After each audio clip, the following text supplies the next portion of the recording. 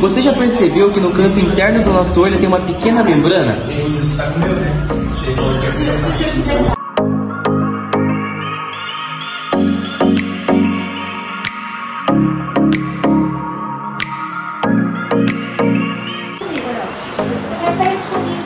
Essa dobrinha é conhecida como plica semilunaris, também conhecida como terceira pálpebra.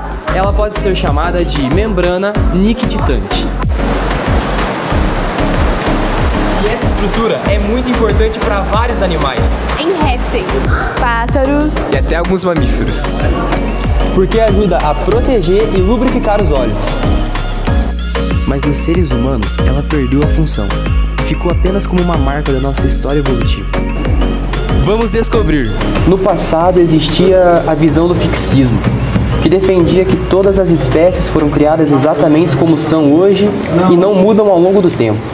Assim, para um fixista, a terceira pálpebra dos humanos sempre existiu desse mesmo jeito, pequena e sem função definida. Mas por que isso teria sido criado dessa maneira? Já o evolucionismo trouxe uma interpretação bem diferente. Para Darwin e outros cientistas, as espécies mudam com o tempo. Características podem surgir, se modificar ou até perder a função, dependendo das necessidades de sobrevivência. Nesse contexto, a terceira pálpebra é vista como um órgão vestigial, ou seja, algo que já foi útil no passado, mas perdeu a sua função em nós, permanecendo apenas como um resquício da nossa história evolutiva. Segundo Lamarck, a evolução acontecia por causa do uso e desuso dos órgãos e também pela herança de caracteres adquiridos. Na visão de Lamarck, os nossos ancestrais usavam a terceira pálpebra para proteger do vento, poeira e até mesmo de partículas. E essa estrutura ela ficava mais desenvolvida e era passada adiante. Com o tempo, os humanos deixaram de usar a terceira pálpebra porque começaram a viver em lugares mais protegidos. Então ela entrou em desuso e, sendo assim, ela foi ficando atrofiada até perder a função. Para Darwin, a explicação é outra. Ele defendia que existem variações naturais em cada espécie. Então, meus alunos, algumas dessas variações trazem vantagens de sobrevivência e a seleção natural fazem com que elas sejam mantidas.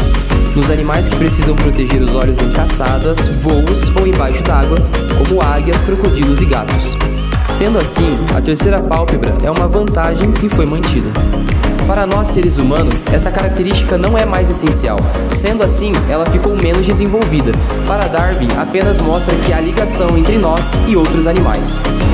A ciência atual confirma que a terceira pálpebra é um órgão vestigial humano, remanescente de uma membrana nictitante funcional em nossos ancestrais.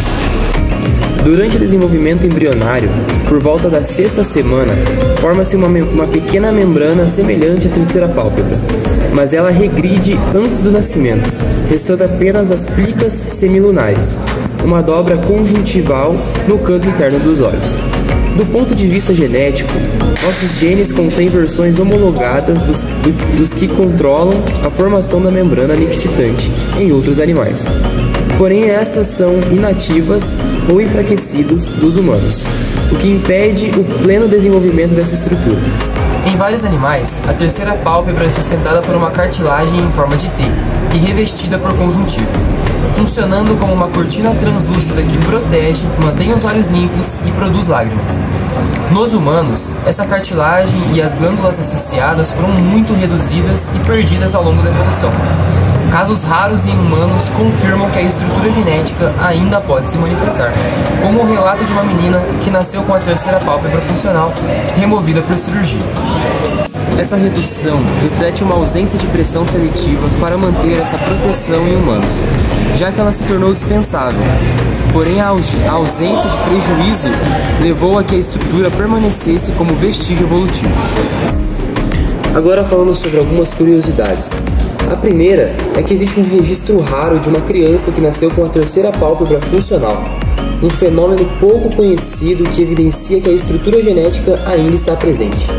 A segunda é que em animais como crocodilos e gatos, a terceira pálpebra ajuda a proteger os olhos em ambientes extremos como debaixo da água ou em caçadas. Em cães, a terceira pálpebra pode aparecer mais visivelmente em alguns problemas de saúde, como o olho de cereja, que é um prolapso da glândula da terceira pálpebra.